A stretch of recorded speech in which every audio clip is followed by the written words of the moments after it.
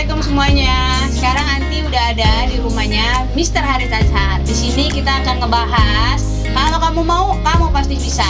Karena nih anak-anak muda zaman sekarang nih, apalagi karena Covid ini, pada bingung memilih masa depan dan cita-citanya. Jadi kita langsung tanya aja sama pakarnya. Halo Mr. Rio. Mr. Wah, Haris ya? bukan pakarnya, Mr. Haris ya? cuma nekat aja. Gimana nih? Mr. Haris, ini kan sekarang nih kita lihat nih keadaan anak-anak muda ke zaman sekarang nih, apalagi di zaman corona ini, dan banyak anak-anak muda tuh yang bingung dalam menentukan masa depan. Oke. Jadi banyak anak-anak muda tuh yang pertama terpengaruh sama teman-temannya, kedua lebih hobi di digitalnya, ibaratnya yang internet lah. Terus yang ketiga, mereka tuh kadang-kadang tuh suka pelin-pelan dalam memilih masa depan. Ntar kadang-kadang mau ambil jurusan ini, tiba-tiba begitu orang tua udah prepare semua segala macam, tiba-tiba mereka berubah, ikutin teman-temannya. Menurut Pak Haris gimana tuh? Ini karena gara-gara COVID, gara-gara corona, banyak orang yang berubah hidupnya.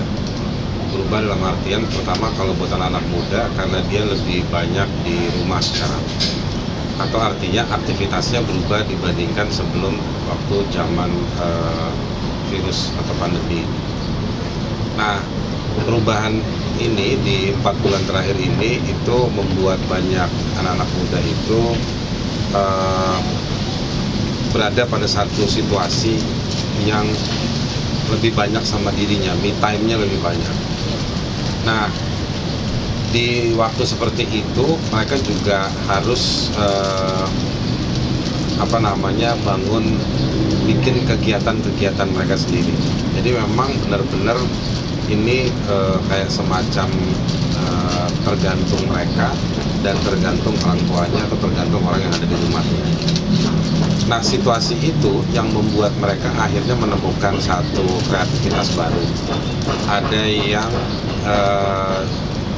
punya perenungan baru, jadi merenung, akhirnya ketemu sama satu pilihan yang ternyata ini berubah. Kreativitas atau kegiatan mereka juga jadi baru, yang mana berubah dibandingkan sebelum corona. Nah, sebetulnya ini 4-5 bulan ini termasuk juga gangguan kalau di Jakarta itu ya, buat yang nonton yang di Jakarta mungkin pasti setuju, karena sistem PPDB yang baru. Banyak anak-anak itu yang juga buyar rencananya karena ternyata masuk sekolah pakai umur, orang udah ada yang belajar banyak mati-matian, ada yang nggak masuk dan lain-lain. Nah, jadi gara-gara pandemi ini pemerintahnya bikin kebijakan yang berubah mendadak.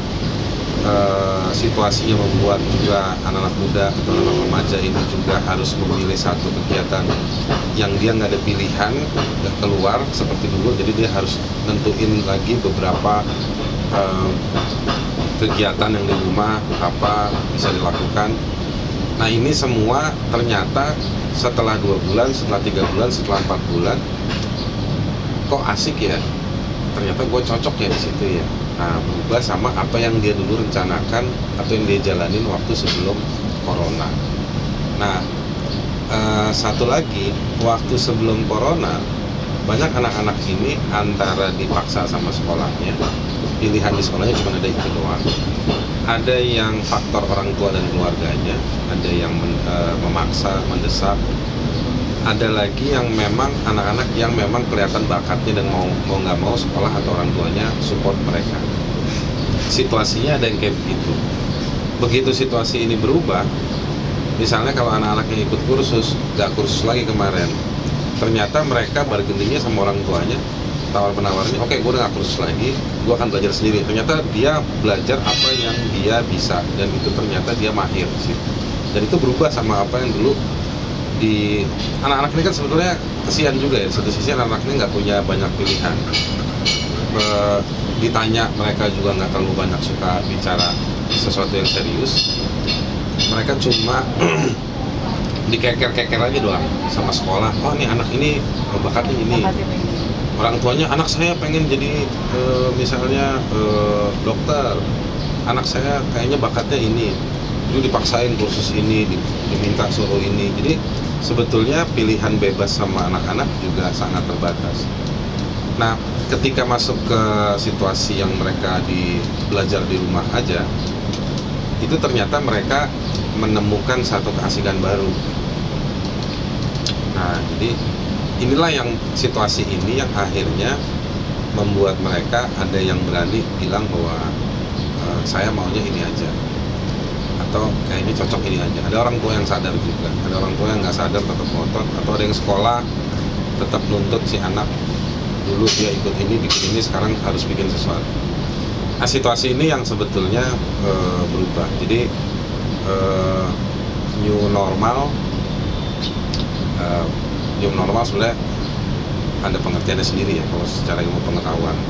Tetapi dengan situasi hari ini memang banyak orang yang ngalamin perubahan-perubahan gara-gara situasi ini, dan ini yang membuat anak SMP, SMA, anak terutama SMA dan kuliahan yang agak berubah. Labil ya. Sebenarnya sih bukan labil aja, tapi berubah lah. Kalau saya mau bilangnya berubah, bukan labil. Karena kan kalau anak-anak sekarang nih, apalagi semenjak corona ini nih, terus terang kan mereka lebih sering di gadget.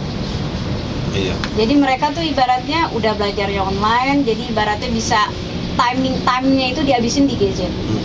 Kalau menurut Mas Rio itu gimana tanggapannya tuh? Mas Rio ya. Mas Haris Hazar. Sorry guys, kita nih biasa manggil dengan nama persahabatan, namanya Rio. Dulu dia tinggal di Cempaka Putih. Tuh kan, Anti nggak bohong kan kalau Anti tinggal di Cempaka Putih. Jadi kita nih, yang seperti Anti ngomong, kita akan bicara santai. Jadi antara nama gak usah dipermasalahkan. Oke. Gimana nih Mas? Pertanyaannya apa? Anak sekarang nih kan karena sekolah online ini, dan mereka juga udah berapa bulan kan sekolah di rumah, otomatis kan mereka kan full di gadgetnya mereka. Nah, abis mereka belajar kan kadang-kadang kan kita kan sebagai orang tua nggak mungkin langsung ngeliatin terus, oh udah belajar udah matiin gadgetnya, udah nggak usah main gadget lagi. Jadi kan sekarang mereka nih punya dunia sendiri di game online, belajar online, jadi semuanya ibaratnya full time mereka tuh di gadget. Kalau menurut Mas Rio itu gimana tuh? Iya, Bang, jadi lebih kalau di dunia digital sama online ya memang begini, ada yang mencari, jadi gadget itu fungsinya sekarang sama anak remaja sama anak muda itu, satu dia jadi lebih intensif komunikasi, yang kedua lebih intensif nyari informasi, yang ketiga killing time itu ya, membunuh waktunya di sana karena bingung mau ngapain lagi. Itu tiga hal di luar dari mereka dipaksa untuk belajar secara online pakai bahan digital. Ini kan masuk ke periode belajar baru nih. Kalau yang kemarin itu agak kacau ya. Agak kacau. Ini sekarang kayaknya udah agak lebih tertib. Beberapa sekolah udah nyiapin materi-materinya. Termasuk saya juga waktu ngajar kemarin agak kacau. Jadi kesimpulan pada akhirnya semua mahasiswa saya kasih B semua, daripada capek-capek ya. Kesian juga buat mereka udah bingung bayar kuliah. Nah, jadi sekarang digital sama onlinean itu dipakai buat nyari informasi. Mereka waktu di bulan pertama, bulan kedua pandemi agak excited. Benar. Sama pandemi apa corona. Yang kedua masuk ke fase udah mulai bosan, boring, akhirnya buat sarana main. Yang ketiga nggak ada pilihan, lebih intensif sama komunikasi. Tapi itu kayaknya gejalanya banyak orang ya, harus nge-online semuanya. Bahkan beli makanan aja online, belanja online, semuanya udah online, jadi nggak ada pilihan. Nah itu sih sekarang problemnya. Kemudian kapasitas online-nya kan semua orang hidupnya sekarang pakai online, sedikit banyak. Jadi ya kayak beberapa tempat servis kartu provider atau HP penuh kan sekarang, gara-gara numpuk foto ada di sana, segala macam sekarang di HP. Jadi HP itu ini juga penting ya buat anak muda. HP-nya, gadgetnya juga perlu diamanin dari sisi memori, dari sisi keamanan diakses sama orang lain. Terus penawaran kredit juga tambah banyak sekarang gitu.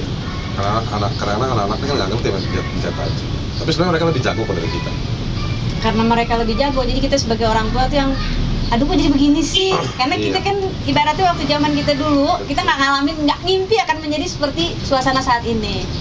Jadi kalau misalnya menurut Mas Rio, kan sekarang juga nih aku dapat masukan nih banyak nih dari guru-guru, dari orang-orang tua yang anak-anak sekarang itu aduh kayaknya enak nih main gadget nih, apalagi ngeliatin para YouTuber yang berkreasi di situ. Dan anak-anak muda sekarang kan pengen aduh kayaknya enak nih jadi YouTuber, sehingga mereka tuh lupa, sebagian anak-anak tuh lupa akan masa depannya. Jadi mereka udah fokus ke dunia maya yang bisa menghasilkan, sedangkan YouTuber itu kan orang yang penuh dengan inspirasi, motivasi, dan mereka tuh berkreasi di situ, sehingga membuatnya anak-anak nih minat untuk melihat konten-konten mereka. Dan ada juga kan konten-konten yang Mas Rio tahu sendiri deh, apalagi zaman sekarang kan. Kalau menurut Mas Rio sendiri gimana nih untuk anak-anak tuh, anak muda sekarang supaya bisa berpikir jernih, oh ini nih kayaknya saya nih kalau gini saya mesti punya backup yang bagus untuk masa depan saya. Ibaratnya kalau kita bilang tuh ini nih ibaratnya seperti hiburan lah. Kalau menurut Mas Rio tuh gimana tuh? Pertama harus diingat bahwa situasi pandemi ini selesai nggak selesai, dia bakal dianggap orang akan balik ke situasi yang normal cepat atau lambat. Dan ketika situasi normal itu, pandemi ini hanya akan nanti kasih dua hal. Satu, catatan sejarah. Yang kedua, namanya memori, bahwa kita pernah ada di zaman kayak sekarang ini, nanti ke depan akan kita ingat. Jadi memori, nanti dari situ orang akan balik lagi. Nah, begitu mau balik lagi, masalahnya waktu kan nggak bisa dibeli balik. Nah, kita mesti ingat bahwa apa kita lakukan hari ini nggak cuma dalam rangka menyiasati situasi hari ini, harus tetap fokus dengan perubahan yang akan terjadi ke depan. Mungkin buat anak-anak muda atau ibu-ibu yang anaknya masih remaja atau anak-anak remaja, penting juga tuh untuk mulai melihat beberapa prediksi-prediksi kehidupan tentang kehidupan 10 dan 20 tahun lagi ke depan. Misalnya, kehidupan itu tempat tinggal akan lebih banyak vertikal, nggak bakal banyak lagi horizontal. Jadi perumahan itu nanti pertumbuhannya berkurang, pertumbuhan apartemen rumah susun tambah banyak, penduduk juga tambah banyak, berarti konflik urusan manusia itu tambah banyak, ya kan. Yang ketiga, misalnya sarana teknologi makin given itu artinya apa ya? Semakin nggak bisa ditolak, memang harus kita berurusan sama teknologi informasi. Terus packaging, tata kelola itu jadi salah satu topik penting. Nah, itu adalah gambaran kehidupan di masa depan. Pasti dengan ditambah kerumitan soal lingkungan hidup, soal ekonomi yang naik turun, itu pasti. Tetapi atau poinnya adalah dari situ semua, yang hari ini adalah catatan sejarah untuk nambah bekal kita ngadepin masa depan dari itu. Nah, poin lain lagi yang saya mau bilang, bahwa apa yang kita kerjakan hari ini bukan untuk hari ini, tapi untuk yang ke depan. Dan saya mau kasih pesan lagi begini nih, pengalaman saya, pengalaman melihat banyak orang, hari ini banyak anak muda itu merasa sesuatu itu kadang-kadang bisa cepat, bisa mau instan. Karena kita juga pernah di umuran mereka, yang dibilang instan itu biasanya emosinya, didorong sama pengetahuannya atau informasi yang kurang tentang hal-hal tersebut. Dan yang ketiga, karena ada situasi yang mendesaknya. Nah, kalau yang saya bilang begini, kita mesti ngajarin sama anak muda tentang mesti percaya sama proses. Yang kedua, sabar jalanin proses. Yang ketiga, segala sesuatu itu step by step.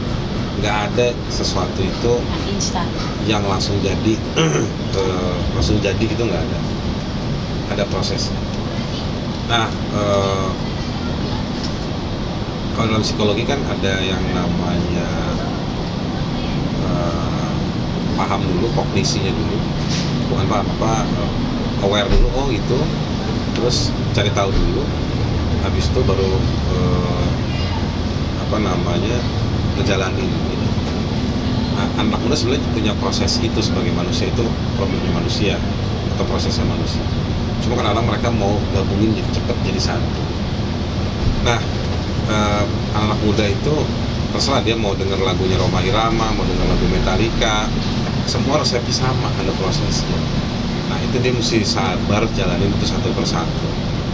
Jadi kadang-kadang perubahan pilihan kuliah, perubahan pilih IPA atau IPS di SMA, atau mau ikut ekskulnya apa, kadang-kadang itu bukan sesuatu, jangan juga terlalu kalau bahasanya orang baper, serius banget.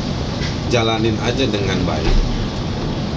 Nanti semua akan ada seleksi alam antara mesti latihan basket sama tugas sosiologi atau tugas biologi, antara bantuin emaknya di rumah, itu semua nanti tumpang tindih dan dia diuji satu sama lain. Itu antara dia yang cowok mau keluar malam tapi juga tetap besok sekolah, itu nanti ya dia berlomba, berkompetisi. Jadi nggak bisa tertib kayak misalnya kayak tentara gitu ya, yang jam segini tidur, tentara juga nggak gitu amat sih sebetulnya. Pokoknya pagi besok mesti ngapain, ya biarin aja semua itu dicoba, nanti dia ada seleksi alam, ketahuan mana yang dia memang lebih dahulukan. Kira-kira sih begitu ya. Persoalannya sekarang mesti diajak nih anak muda ini paham bahwa lu ini bukan cuma ngadepin pandemi, lu mesti lihat. Kalau saya ngobrol sama anak muda gini nih, coba lu nanti umur 40 ada di mana? Tuh guys, Umur ini 40 tuh ada di mana, jadi apa, bikin apa. Jadi jangan cuman mikirin saya pengen jadi pilot, saya pengen jadi ahli digital DNA misalnya. Atau jangan cuman mikir gua mau balik ke kampung bangun desa. Oke, cita-cita profesi itu bagus, cita-cita mau sekolah di mana itu bagus. Tapi tolong pikirin umur 40 ada di mana, ngapain. Umur 60 kita nggak usah ngomongin mati ya, kalau kematian itu urusan lain, bukan di kita. Tapi umur 60 kita itu mau kayak gimana? Apa mau kayak sekarang misalnya orang-orang tua duit pensiunnya dikemplangin sama banyak orang. Nah, jadi bukan cuman memikirkan kita mau jadi profesi apa, tapi kita juga harus mikirkan soal kehidupan seperti apa yang mau kita punya. Gitu. Soal kematian, soal punya pasangan, kayak kawin, nikah, tinggal di kota mana, itu hal-hal yang banyak sering diomongin dari zaman ke zaman. Tetapi soal kita nanti ngapain, gua pengen jadi umur 40 tuh mesti ngapain, itu penting juga didiskusi. Karena kadang yang kita kejar itu waktu umur 20-an sampai umur 40-an. Umur 40-an itu adalah waktunya menggunakan apa yang kita kerjakan di 20 tahun pertama untuk kita bangun seperti ibarat fondasi ya. Itu di 20 tahun pertama. Makanya orang bilang tuh life begin at 40. Karena di 40s itu biasanya orang udah gue nggak mungkin memulai sesuatu yang baru lagi, gue cuma mau terusin apa yang gue kerjain ke depan. Di belakang gue mau kerjain ke depan. Anak muda mesti diajak diskusi kayak begitu. Jadi jangan cuma mikirin soal mau kuliah hukum atau dekaf, nggak bisa. Lu mau kuliah hukum, mau kuliah dekaf, gak ada masalah. Sebenarnya kuliah apapun asal dijalanin profesi, ilmunya, tanggung jawabnya, dan sabar. Kadang orang ada yang mau lulus kuliah terus langsung mau jadi manajer. Benar. Ada orang mau lulus kuliah langsung mau jadi famous. Gitu. Nggak begitu kali ya. Semua pakai proses ya. Yang cepat naik itu pasti cepat turun. Bukan pasti, yang cepat naik biasanya cepat turun. Biasanya juga turun. Jadi yang lama naiknya biasanya dia teruji. Jadi waktu dia naik, dia sebetulnya bukan naik, dia sebetulnya udah menang, bukan menang, dia udah nggak ada yang bisa kayak dia. Berarti dia udah menjalani fase-fasenya sampai dia ada di Jadi atas. kita dan satu lagi mau saya kasih pesan juga, jangan pernah ngandelin jabatan sama pangkat. Jadi kematangan orang itu bukan di jabatan sama di pangkat. Kematangannya orang itu dari apa yang dia kerjakan. Jadi apa yang dia kerjakan itu akan memberikan kesimpulan sama orang, dan orang punya persepsi tentang kita. Jadi jangan orang melihat kita bukan dengan persepsi, tetapi dengan karena jabatan. Karena kalau jabatannya selesai, dia nggak dihormatin lagi. Karena kalau dia dengan pangkatnya, begitu dia pensiun, dia udah nggak dihormatin lagi. Nah, jadi balik sama memperkaya otot, jadi tindakan, pikiran, sama ucapan dari apa yang kita kerjain. Jadi pilihan kuliah pindah fakultas, it's okay lah. Kalau emang dan satu lagi, anak-anak muda ini kadang-kadang memilihnya gampang, tapi menyadari pilihannya itu yang tua juga punya masalah sih. Kita jangan nyalain anak muda. Kadang-kadang orang gampang bikin pilihan, tapi orang nggak gampang mengkonstruksikan alasan atau kesadaran untuk membuat pilihan. Benar. Karena Anti juga udah ngalamin sama anak Anti yang pertama. Iya. Di awal dia terlalu excited sampai kita tuh namanya orang tua pasti ngedukung. Begitu kita udah wujudin semuanya di tengah jalan, akhirnya dia mundur. Akhirnya beralih profesi. Jadi didengarkan nasihat dari Om Rio ini kan. Jadi intinya kalau kamu mau, kamu pasti bisa. Kayak Mas Rio, ada moto-moto gak nih buat anak-anak muda supaya mereka tetap gigih dan semangat, apalagi di zaman corona saat ini nih, pandemi kayak gini. Kalau saya orangnya percaya sama proses.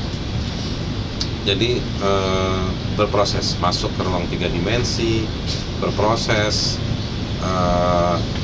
dan jangan pernah nyari satu final product untuk menutup. Nah, itu berproses aja, jalan aja. Nanti nggak tahu kita akan kemana, ketemu siapa, tapi yang penting prosesnya itu, karena prosesnya itu yang jauh lebih penting, karena dengan proses itu menunjukkan kualitas kemenangan sama produk yang kita dapat. Itu guys, jadi inilah perbincangan Anti sama Mas Rio di sore hari Terlalu ini. serius sih kita bicara-bicaranya. Kita santai karena Anti kalau tahu dong gaya Anti kayak gimana. Nah, jadi Anti sama Mas Rio nih gayanya tetap gini. Jadi semua ini ada pentingnya juga dan ada manfaatnya buat kalian semua. Mudah-mudahan kalian bisa mantap di dalam memilih masa depan dan jurusan-jurusan yang kalian mau di masa kuliah nanti. Dan jangan lupa, semuanya butuh proses. Selamat sore. Terima kasih ya Mas Rio. Siap.